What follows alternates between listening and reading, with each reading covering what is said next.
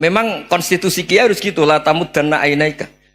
Kenal orang lebih tinggi itu kan resiko. Misalnya saya Kiai Deso, mungkin punya Keri tua sudah seneng, punya Kijang tua sudah seneng. Gara-gara kenal Pak Wahid naik Camry, waduh kok saya kalah itu. Kenal orang itu kan resiko. Mungkin dosen-dosen sini kalau kenal saya di Rembang juga resiko. Di sini gak ada cium tangan, melihat saya dosen, wah gak enak jadi dosen. Jadi memang harus dibatasin. Sekiranya mungkin orang terus, karena latamud dan nanawa ainaika ilham. Kamu jangan sering melihat orang lain yang mungkin secara lahir dapat nikmat yang lebih tinggi timbang Anda. Kalau kamu gak bisa ngelola hati Anda bisa hasut, Anda bisa dengki. Paling tidak Anda bisa ada syukur. Saya itu sering didolani pejabat. Juga sering melihat pejabat di TV-TV. Naik mobil aja ada yang naikkan. Bahkan kalau wudhu itu anduk aja ada yang bawa. Itu kalau yang nggak kuat, weh naik jadi pejabat. Ya makanya terus konstitusi Kiai itu mengatur, sudahlah mata kamu itu kamu batasin. Jangan melihat sesuatu yang potensi ya, potensi menjadikan Anda tidak apa syukur. Jadi saya mohon, ini memang konstitusi saya sebagai Kiai, jadi saya tapi di hati saya tetap akrab. Saya doakan semua untuk UI, untuk semua orang Indonesia kita doakan. Kita ingin semuanya tambah baik, tambah baik. Ya, Assalamualaikum warahmatullahi wabarakatuh. Sehingga di beberapa riwayat dijelaskan ada orang yang 500 tahun ibadah, nggak pernah maksiat. Ditanya sama Allah, kamu masuk surga karena apa? Karena ibadah saya ya Allah. Ya sudah, surga kamu 500 tahun saja, karena ibadah kamu 500 tahun. Ini cerita umur-umur orang dulu. Ya Allah katanya surga engkau ini selamanya. Ya kalau yang selamanya itu rahmatku, kalau amal kamu terbatas ya surganya sesuai amal kamu ya terbatas. Ya sudah ya Allah, berarti masuk saya surga saya ini karena fadl engkau, karena anugerah engkau. Itu namanya apa? Diroyah. Diroyah itu satu kajian analisis di mana kita percaya riwayat, tapi kemudian punya logika, punya diroyah. Ini penting supaya tauhid, ya tauhid kita ini kuat. Jadi dulu ada orang yang sangat cerdas, namanya Jubair bin Mut'im. Dia saking cerdasnya, juga kaya, juga tokoh, dikirim sebagai delegasi pembebasan Asra Badrin, tawanan Badar. Kemudian pas datang ke Masjid Nabawi, Nabi delalah pas baca Wattur wa kitabim mastur. Sampai pada titik Nabi baca Am khuliku min ghairi syai'in am humul khaliqun. Apakah penciptaan yang sedemikian canggih itu dimulai tanpa perwujudan, tanpa sesuatu yang real, yang maujud? Orang itu langsung bersimpuh, matur, ya Rasulullah saya Islam. Kada qalbi yatir, hampir hati saya, otak saya, pikiran saya itu terbang. Karena logika yang dibangun ateisme misalnya, kalau alam raya ini dimulai dari nihilisme, berarti logikanya apa? Al-adamu yakhluqu maujudan. Alam raya ini kan maujud. Maujud itu ada. Kalau yang lebih dulu itu ketiadaan, berarti ketiadaan menjadi sebab kewujudan. Kalau dalam bahasa Arab itu al-adamu yakhluqu maujudan. Sesuatu yang harusnya nggak jadi faktor karena ketiadaan, menjadi faktor sesuatu yang nyata.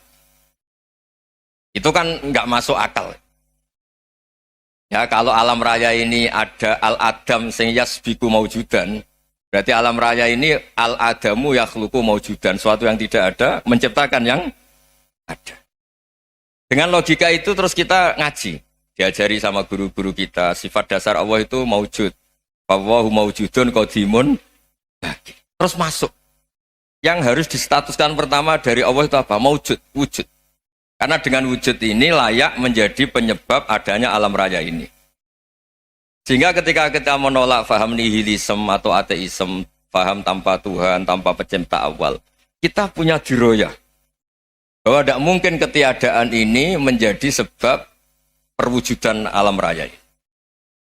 Yaitu amkhuliku min ghairi syai'in. Masa alam raya ini diciptakan tanpa sebab yang nyata, yaitu wajibil wujud.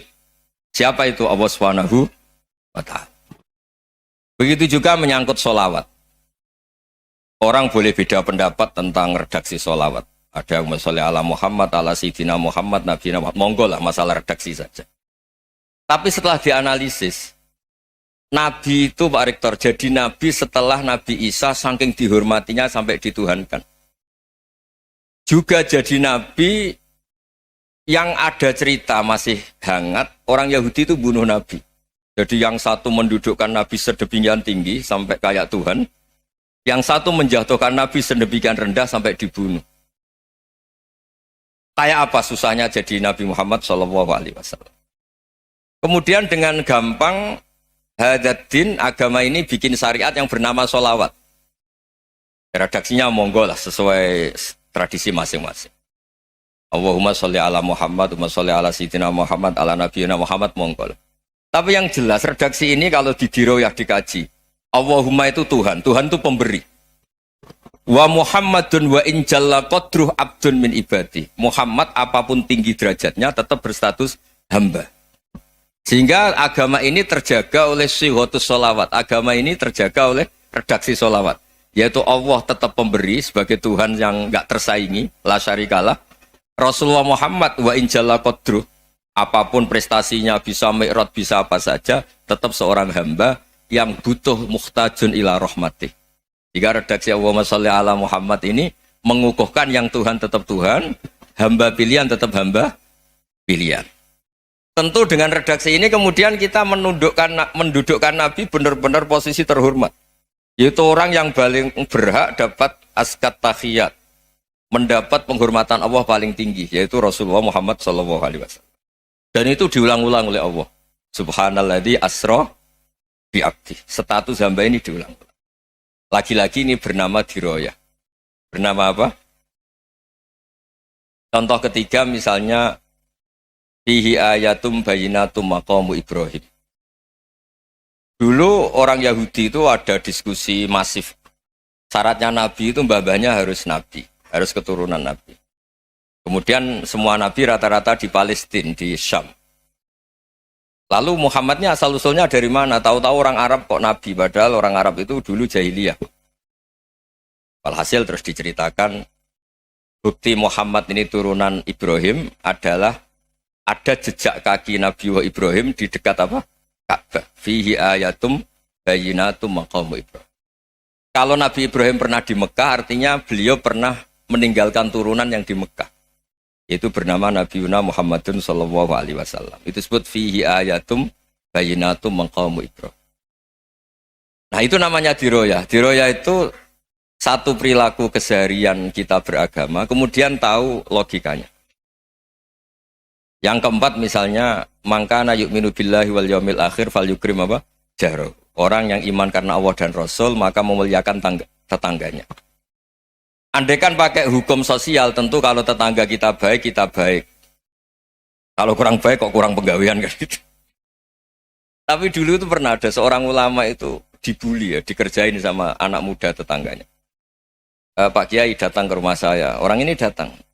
Kemudian setelah di rumahnya, saya tidak jadi butuh sama Pak Kiai, silahkan pulang. Itu Kiainya senyum menikmati. Dan itu terulang 3 kali.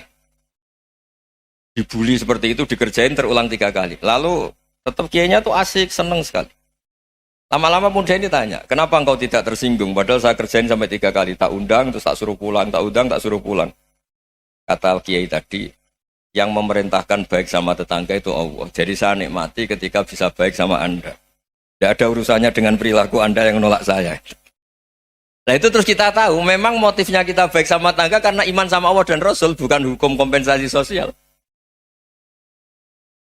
Jadi kalau mau diteruskan Pak Rektor, saya ngajar di sini ya karena perintah Allah itu orang alim harus ngajar, bukan karena perintah Rektor. Kalau diteruskan. Ya saya mohon juga gitu, para dosen, para karyawan di sini, kalau nggak khianat dengan UI itu karena takut sama Allah, jangan takut sama Rektor. Kalau Anda baik juga karena Allah, jangan baik karena apa? Rektor. Bagaimanapun ya semua kita ini makhluk. Makhluk itu la yadurru wa la yanfa. Begitu juga melihat Indonesia.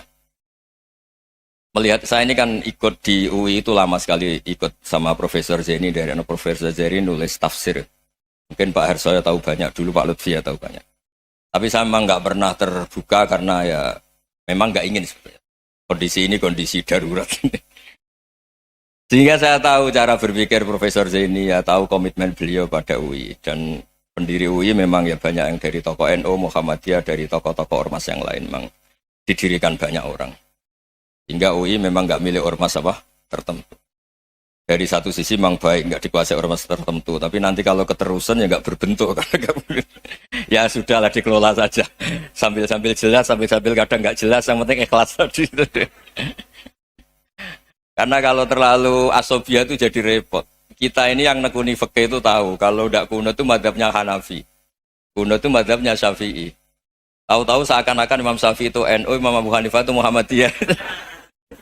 Padahal ini orang-orang yang sebelum NU dan apa? Muhammadiyah. Jadi kalau kita yang nekuni ilmu itu biasa saja dengan perbedaan. Tapi kalau orang-orang yang nggak siap dengan perbedaan itu sampai Allah disifati Ta'ala itu tidak terima. Padahal Ta'ala itu maknanya Maha Luhur, yang Maha Agung. Jadi ada seorang kiai kebetulan pidato pertama Pak Rektor. Assalamualaikum warahmatullahi ta'ala wabarakatuh. Di mubalik kedua ini nggak terima karena itu dianggap bid'ah ada Ta'ala. Hanya dia bilang Assalamualaikum warahmatullahi ta'ala wabarakatuh. Itu saking asobiahnya itu Allah ditambahi Ta'ala itu tidak terima. Padahal Ta'ala itu maknanya Maha Agung. Nah itu kan jadi repot kalau asobiah gitu. Kalau kita ngadepi perbedaan itu biasa saja. Karena kita mungkin bacanya banyak, lihat hal-hal seperti itu ya biasa saja. Karena dulu itu perbedaan itu urusan sudut pandang. Ya saya ulang lagi, perbedaan itu sudut. Allah yang Tuhan saja sering didebat sama nabi-nabinya. Karena urusan sudut pandang apa? Saya beri contoh ya. Suatu saat Khalilur Rahman Ibrahim itu saatnya meninggal sama Allah, Israel disuruh. Israel itu Ibrahim saatnya meninggal, ambil nyawanya. Setelah datang ke Ibrahim, ya Khalilur Rahman Ibrahim, saya disuruh nyabut nyawa Anda. Itu Israel dipaksa mikir sama Ibrahim. Hal ra'aita khalilan yumitu khalilah. Kamu tahu orang yang mencintai kemudian bunuh yang dicintai. Itu logika agak benar. Akhirnya Israel kan nggak biasa debat, kan nggak dilatih debat, nggak pernah ikut lomba UI debat ilmiah. Dia taunya nyambut nyawa aja. Kembali ke Allah. Ya Allah, kata Ibrahim, hal ra'aita khalilan yumitu khalilah. Masa kekasih bunuh yang dicintai ya. Tapi kata Allah santai. Bilang ke Ibrahim, hal ra'aita habiban yakrahu ayyalqa habibah. Masa katanya dia cinta saya, kemudian ketemu saya tidak berani. Israel mater lagi. Logikanya gini Ibrahim, masa yang dicintai sama yang ketemu yang dicintai nggak berani? Ya udah ketemu aja. Katanya yang meninggal itu. Artinya kamu bisa saja GR tidak mati-mati karena merasa dicintai, atau ingin mati karena mencintai. Nah maksud saya dalam hal-hal seperti ini orang UI pasti nggak jelas. Katanya cinta Allah suruh mati ya nggak mau. Nggak jelas kan? Dibilang nggak cinta juga nggak mau. Tapi dibilang cinta kalau ukurannya mati juga nggak mau. Nah, tapi dalam banyak hal nggak jelas itu penting Pak Rektor. Penting sekali. Buatan Buyan, saya beri contoh sekian ilmiah, nggak jelas itu penting. Rasulullah SAW itu dalam banyak hal itu disuruh Allah, memang disuruh supaya ngambil sikap seperti itu. Karena Allah itu punya otoritas penuh untuk bikin orang itu baik atau tidak baik. Wahsy itu yang membunuh Sayyid Hamzah, orang paling dicintai Nabi, di antara yang dicintai Nabi. Qatalahu Wahsyun, dibunuh oleh Wahsy. Nabi secara basarnya itu gak suka sama Wahsy. Sampai cara lahir ya ingin, corong Jawa ingin masuk nol. Tapi apa kata Allah? Laisa laka minal amri syai'un aw yatuba alaihim aw yu'adziba. Itu tidak wilayah kamu Muhammad. Malah Wahsy dikasih tobat sama Allah. Khalid bin Walid, itu perang Uhud kalah, itu karena ide brilian Khalid bin Walid. Pas itu masih panglima kafir. Yaitu pura-pura kalah, ghanimah dilepas, sahabat turun, pasukannya naik, walhasil orang Islam kalah. Khalid bin Walid akhirnya juga masuk Islam. Orang yang secara basariah Nabi itu gak siap. Kebalikannya juga ada. Sa'labah itu orang sampai gelar hamamatul masjid. Ini pas ngaji mesti ingat. Salah. Dia di masjid terus. Setiap habis salam tuh lari karena istrinya nyuwun sewu masih berpakaian yang tidak pantas. Kenapa engkau terburu-buru pulang? Pakaian yang dipakai istri saya sekarang saya pakai. Ya pakaian sarung itu kayak Pak Rektor kan fleksibel. Ini khusus mau Ramadan, tidak akan sarungan terus, gak usah khawatir. Jadi ini tadi sudah perjanjian. Saya yang kiai celananan, beliau yang rektor pakai sarung. Jadi iya. Supaya itu barter madhab. Tapi hanya sekali ini aja, bukan. Jadi jangan diharapkan ini jadi tontonan terus-menerus dan ini barter madhab. Saya sama Profesor Kores juga sering gitu. Saya pakai sarung yang dihadiahi beliau, beliau pakai sarung yang dihadiahi saya. Memang itu tradisi Islam. Tahadau tahabu, kamu saling memberi hadiah maka kamu saling mencintai. Bukan riswah, bukan riswah. Walhasil terus Sa'labah ini buat saya didoakan Nabi supaya saya kaya, supaya tidak sering ganti-ganti pakaian seperti ini sama istri saya. Jangan-jangan kamu miskin itu lebih baik. Ngotot minta didoakan. Didoain Nabi kaya, terus lama-lama ninggal sholat, ninggal jamaah. Itu Allah belum tersinggung. Yang mulai Allah tersinggung itu kan saya sering fatwa di mana-mana, sering memberi saran. Mumpung kamu miskin itu sering sedekah, karena kalau sudah kaya itu tidak bisa. Saya memberi analogi gini. Kalau saya masih santri miskin, punya uang 100.000, diminta guru saya 50 tak kasihkan, padahal itu 50%. Punya 2 kambing kurus, diminta guru saya 1 pasti tak kasihkan, padahal itu 50%. Jadi kalau punya sapi Brahman atau sapi limusin yang harganya itu 100 juta, punya 2, diminta 1 boleh enggak? Enggak boleh. Saya punya motor butut 2, diminta teman saya 1 boleh, tapi kalau Davidson Harley itu enggak boleh itu. Nah, walhasil itu kalau kita miskin, misalnya kita zaman kuliah atau zaman mondok atau zaman apa saja, punya uang 100.000, narik temannya sampai 50.000 kan biasa. Tapi setelah 1 miliar, berani nggak kamu kasihkan 500 juta? Sama-sama 50%. Enggak kan? Nah Sa'labah gitu, ketika zakat masih per 40 kambing, 1 kambing, itu sebenarnya kan masih ringan. 41, 82. Kambingnya itu sudah mabenal jabalen. Barang dihitung zakat karena sudah ribuan, jumlahnya sampai 400 kambing. Banyak lah pokoknya. Terus kata Sa'labah, ini pemerasan.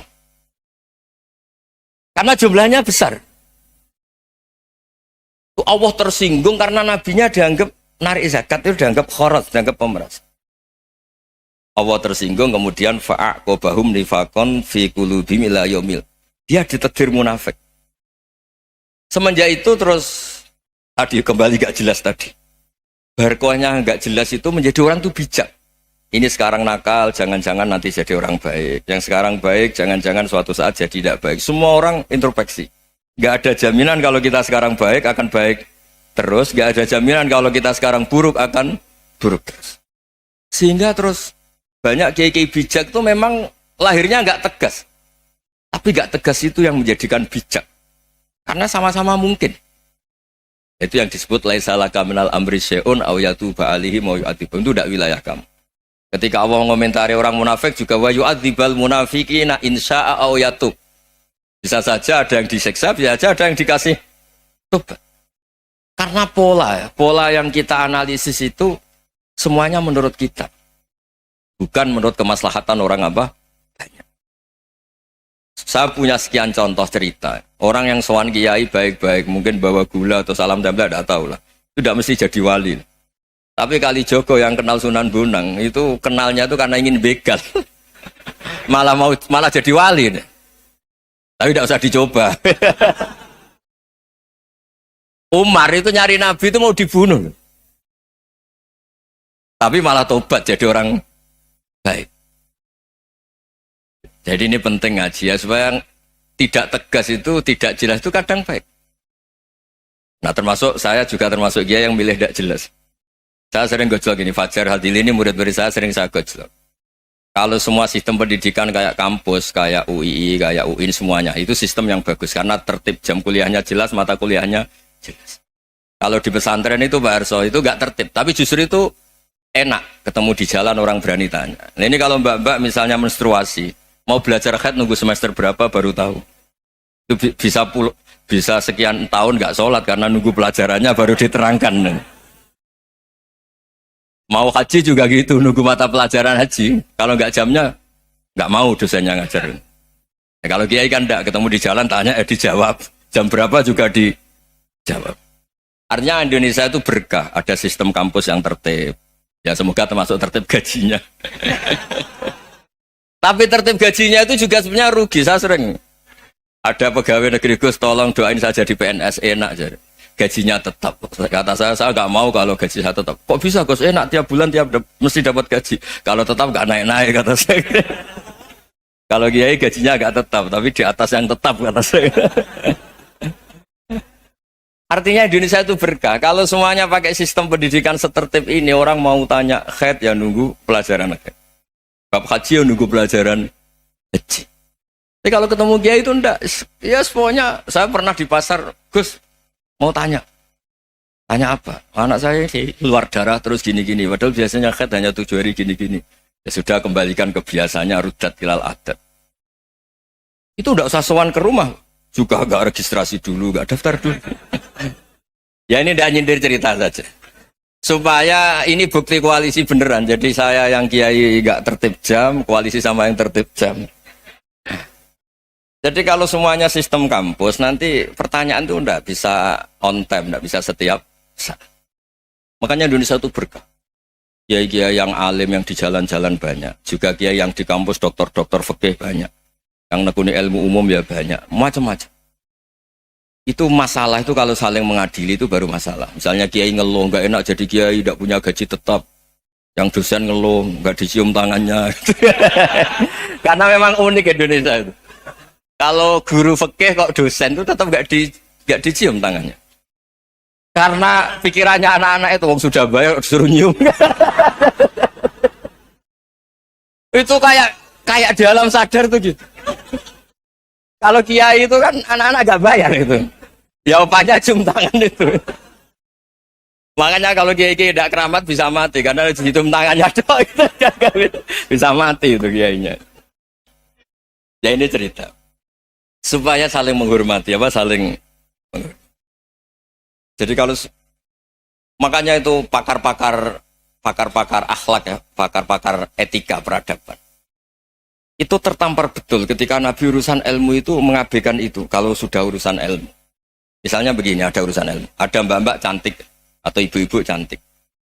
Itu dalam Islam itu diajarkan jangan sopan-sopan banget. Kata Nabi, karena kekuatan ilmu itu di atas kekuatan akhlak, di atas kekuatan adab. Ya nisa an-nabi lastunna ka ahadim minan nisa. Ini taqaitunna fala takhdu'na bil qaul. Fayatma alladhi fi qalbihi maradun. Misalnya ada babak cantik, menarik, kemudian sopan misalnya sama Pak Fajarin sama dosen-dosen. Monggo binara. Wah itu bahaya pikirannya kemana-mana itu. Orang yang imannya pas-pasan, wih berarti mau. Maksud saya kalau cantik, menarik, ketemu di jalan, biarin aja dosennya mau kemana, biarin aja. Gak usah dihormatin. Kalau dihormatin, Pak mau kemana sadere no bisa bahaya. Nah, biarin aja. Kalau tanya, Dek ini alamatnya mana? Cari sendiri Pak. Karena hanya dengan cara itu, si Pak dosen ini gak kepikiran. Gak ada orang suka, orang kedus itu gak akan. Tinggal sudah cantik, sopan. Wah bisa pikirannya macam-macam. Itu ilmu. Fala takhdu'na bil qaul. Kamu jangan terlalu lirih kalau ngomong. Fayatma alladzi fi qalbi maradun. Orang yang pikirannya masih kotor pasti berpikir yang negatif. Anda mungkin demi sopan sama dosen Anda. Tapi sejauh mana dosen Anda juga berpikir positif. Itu kan uji iman sama uji nyali. Nah, sama pejabat yang sopan sama kiai mungkin punya Alphard, punya Robicon, punya terus bawa uang banyak. Terus sama kiai cium tangan hormat. Jangan-jangan kiainya yang pikirannya macam-macam. Ini berarti bisa jadi muhibbin potensial misalnya. Nah, saya ini termasuk kiai yang pengagum ilmu. Sehingga saya sama orang yang medit, yang kikir sama saya itu saya senangnya bukan main. Kenapa? Karena kalau orang medit itu gak berhak nuntut. Tapi kalau orang lomo 1 juta minta surga, 2 juta ya minta apa? Surga. Gus, salam template. 200.000 aja kadang minta surga. Tapi kalau yang kikir-kikir ya sudah salaman tok sudah, nggak minta apa-apa kan dia tahu diri, nggak bayar kok minta. Maksud saya Islam itu luas, dinikmati saja, Pak. Dinikmati saja. Nah itu diroya, maksudnya itu diroya. Diroya itu kamu tahu aturan Islam itu kamu harus yakin khairihi wa syarrihi minallah. Semua itu ujian, tapi kemudian dikaji. Makanya saya ini termasuk pengagum Imam Syafi'i. Imam Syafi'i itu dikasih tahu. Tadi orang yang di depan engkau cium tangan hormat tuh di luar ngomong-ngomong, ngata-ngatain Anda. Imam Syafi'i tertawa-tawa sewenang. Loh, ada ini dikata-katain di luar kok. Kok tidak kamu anggap munafik malah tertawa. Berarti saya wibawa, di depan saya nggak berani. Dianggap enteng saja. dibilangin, sebagian orang kampung sini nggak suka sama engkau. Baguslah, nggak akan lu pinjem uang sama saya. Kata. Di mana-mana orang pinjem minta tolong itu karena seneng. Kalau benci kan enggak.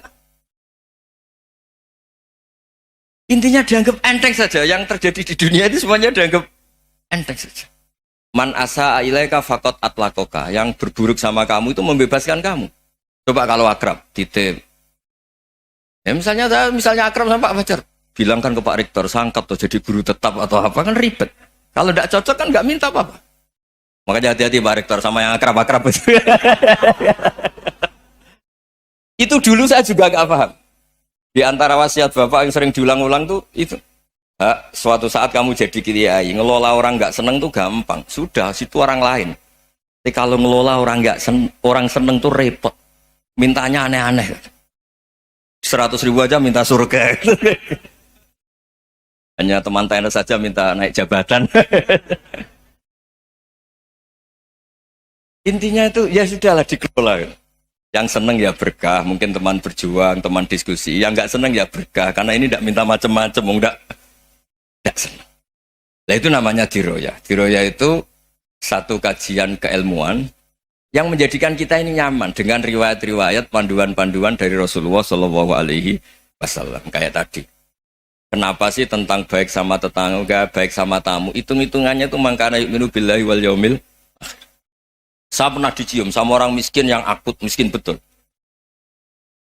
Itu tak ajarin, Anda ini lebih hebat ketimbang orang-orang kaya. Misalnya gini, misalnya ada komunitas rektor atau kiai besar. Saya ini kata orang banyak termasuk kiai besar. Mungkin kalau pinjam uang itu karena mau beli mobil, aksesoris mobil, karena kita kiai top, atau rektor, atau orang-orang top. Kalau sesama orang miskin itu pinjem-pinjemannya itu urusan beras, itu urusan nyawa. Keren mana? Nyelamatkan nyawa sama aksesoris mobil. Nyawa. Jadi pahala kamu pasti lebih besar itu. Itu senengnya jadi orang miskin terus keterusan sampai sekarang. Itu. Lo coba kalau menteri sama menteri, rektor sama rektor, kira-kira pinjemannya apa Pak Arso? Kan kalau mau beli mobil atau mau umroh VIP, pokoknya yang keren-keren. Kalau orang miskin pinjam karena apa? Makan kan? Beras kan? Makanya kalau yang sedang miskin monggo lah, kalau ingin teruskan. Kata itu.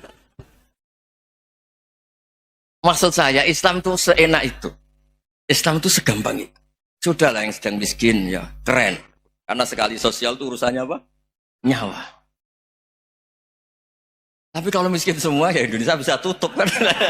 Ya sudah yang kaya-kaya itu saya menyelamatkan Indonesia karena bayar pajak yang menjadikan Indonesia berjalan. Tapi ya dipakai yang benar. Nah, begitu seterusnya. Ada kiai miskin cerita ke kita. Gus, enak jenengan alim, terus punya santri banyak, bisa ngajar di mana-mana. Saya bilang, hebat kamu. Dia hidup di daerah tertinggal. Itu yang diajarkan kan hanya tauhid. Kan nggak mungkin desa tertinggal baca fikih perbandingan madhab. Kan nggak mungkin. Kalau yang kayak Pak Fajar, Pak Sadali kan nggak mungkin. Fikih perbandingan apa? Madhab. Menyorot madhab dunia. Kayak engke-engke itu kan nggak benar. Tapi pertanyaannya, yang menyelamatkan masuk surga itu tauhid apa perbandingan madhab? Tauhid. Ini hanya mengajarkan fardu kifayah, sunat-sunat. Ini Anda mengajarkan fardu ain. Surganya dulu kamu. Oh terus senangnya jadi kayak gitu. Karena yang diajarkan apa? Tauhid. Sementara kita yang gaya-gaya ini ajarkan perbandingan apa? Madhab, studi banding ke Al-Azhar kemana-mana. Ini enggak, tauhid. Dari orang nyembah pohon jadi nyembah Allah Ta'ala. Keren enggak? Keren. Jadi terus kiki sama saya senangnya bukan karena tak bela. Tapi ada yang agak kurang ajar, tanya saya. Kalau itu hebat kenapa Gus gak mau jadi kayak gitu? Waduh. Wah ya repot kalau pertanyaan. Terus tak jawab, kalau saya jadi kiai desa, kamu ngangsu ilmu dari mana coba? Ya dari jenengan, ya kalau sama gobloknya tidak bisa. Ya sudah, Gus aja jadi kiai besar. Maksud saya, ya sudahlah kita begini seperti yang saya ajarkan di sini, saya sarankan supaya orang itu tahu. Ini namanya diroyah, apa? Makanya kata Imam Ghazali itu kalau kamu ingin sopan gampang melihat anak kecil. Wa aqallu minni dzamban, dia dosanya lebih kecil. Karena masih kecil kan, tentu secara dosa enggak banyak.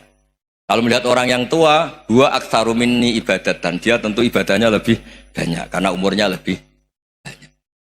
Sehingga terus semua orang lain tuh di depan kita itu hebat. Ya semua orang lain sama, misalnya Pak ini rektor, Pak Fathul Wahid rektor, tanggung jawabnya lebih banyak, berarti pahalanya lebih banyak. Tapi sama, ketika melihat Nyon Sewu, melihat pegawainya yang secara lahir di bawahnya, ini tanggung jawabnya nggak banyak, pasti salahnya juga enggak. Itu yang diajarkan Rasulullah SAW, sehingga enak lah. Tapi kalau kita melihat orang lain selalu salahnya, itu pecundang. Allah saja tidak seperti itu kan, amal baik ya ada khairan, amal buruk ya ada saron, semuanya dilihat oleh Allah Subhanahu wa Ta'ala. Saya itu punya teman Gus, agak beling, agak seenaknya. Dulu miskin.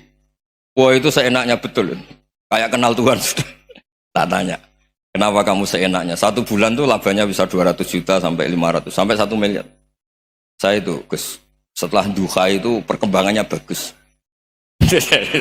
Salah duha itu. Saya pernah miskin, kan kata apa? Ingkana rizki fisama, wa ingkana qalilan, ya kalau fisama fa'anzilhu, terus wa ingkana qalilan fakasirhu, kalau sedikit perbanyak. Ini trennya sudah benar semua. Nah, wa ingkana apa ya haroman fatohiru, kalau haram yang kau sucikan. Makanya saya seenaknya, kalau qalilan sudah fakasiru, paling trennya yang nggak benar juga fatohiru kata Mas.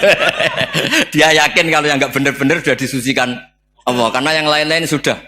Dari miskin sudah kaya, qalilan sudah fakasiru, paling yang haroman juga sudah fatohiru gitu. Tak tanya, lah kamu kok tahu? Polanya sudah ada Gus, karena sang qalilan. Kamu sembrono sama Tuhan kok begitu kan? Tapi apapun itu seneng saya. Seneng saya sering salah teh, makanya saya mohon yang sekarang miskin, sedang miskin itu ya ndak usah nyesal banget-banget. Kalau ingin kaya monggo lah, namanya orang juga ingin.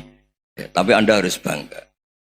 Sosial antar kalian adalah urusan nyawa dan itu pahalanya luar biasa. Supaya kita, nah yang kaya-kaya juga boleh GR lah karena pembayar pajak. Dan itu bisa menyelamatkan apa? Indonesia Raya. Begitu seterusnya. Itu yang diajarkan Nabi, antawadhu hatta la yabghiya ahadun ala ahadin. Kamu semua harus tawadhu sehingga antar kalian tidak saling tidak sopan, tidak saling liar, tidak saling mendolimi. Termasuk tadi sikap gak jelas tadi. Orang dolim yang sekarang dolim bisa saja tobat, yang sekarang soleh bisa saja nanti. Semuanya tuh mungkin. Kita diajari ya muqallibal qulub tsabbit qalbi ala dini. Jadi keliru kalau kita dalam banyak hal harus tegas, gak mesti. Al halalu bayyinun wal haramu bayyinun. Tapi ada wa bainahuma umurun mustabihat. Ada yang wilayahnya itu abu-abu. Misalnya ada perempuan cantik, misalnya contoh paling gampang. Kalau kamu ajari secara serius, kamu bisa aja tergoda jadi fitnah.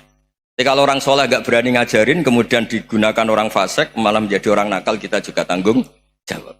Kamu mau tegas gimana? Wilayahnya sama-sama mungkin.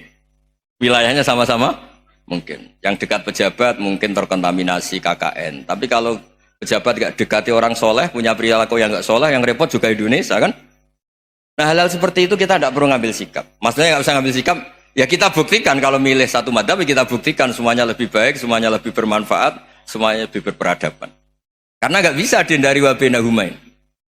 Termasuk nyuwun sewu, saya mohon maaf sama mulai Pak Harso, Pak Lutfi sampai Pak Fathul Wahid. Saya ini termasuk kiai yang nggak suka dekat sama orang-orang top. Bukan karena hasud. Memang konstitusi kiai harus gitu, la tamuddanna ainaika. Kenal orang lebih tinggi itu kan resiko. Misalnya saya kiai desa, mungkin punya keri tua sudah seneng, punya kijang tua sudah seneng. Gara-gara kenal Pak Wahid naik Camry, waduh kok saya kalah itu. Kenal orang itu kan resiko. Mungkin dosen-dosen sini kalau kenal saya di Rembang juga resiko. Di sini gak ada cium tangan, melihat saya dosen, wah gak enak jadi dosen. Jadi memang harus dibatasin. Sekiranya mungkin orang terus, karena latamud dan nanawa ainaika ilham. Kamu jangan sering melihat orang lain yang mungkin secara lahir dapat nikmat yang lebih tinggi timbang Anda. Kalau kamu gak bisa ngelola hati Anda bisa hasut, Anda bisa dengki. Paling tidak Anda bisa ada syukur. Saya itu sering didolani pejabat. Juga sering melihat pejabat di TV-TV. Naik mobil aja ada yang naikkan. Bahkan kalau wudhu itu anduk aja ada yang bawa. Itu kalau yang nggak kuat, weh naik jadi pejabat. Ya makanya terus konstitusi Kiai itu mengatur, sudahlah. Mata kamu itu kamu batasin. Jangan melihat sesuatu yang potensi ya. Potensi menjadikan Anda tidak apa? Syukur. Jadi saya mohon, ini memang konstitusi saya sebagai kiai, jadi saya, tapi di hati saya tetap akrab. Saya doakan semua untuk UI, untuk semua orang Indonesia kita doakan. Kita ingin semuanya tambah baik, tambah baik. Oke, ngoten mawon. Assalamualaikum warahmatullahi wabarakatuh.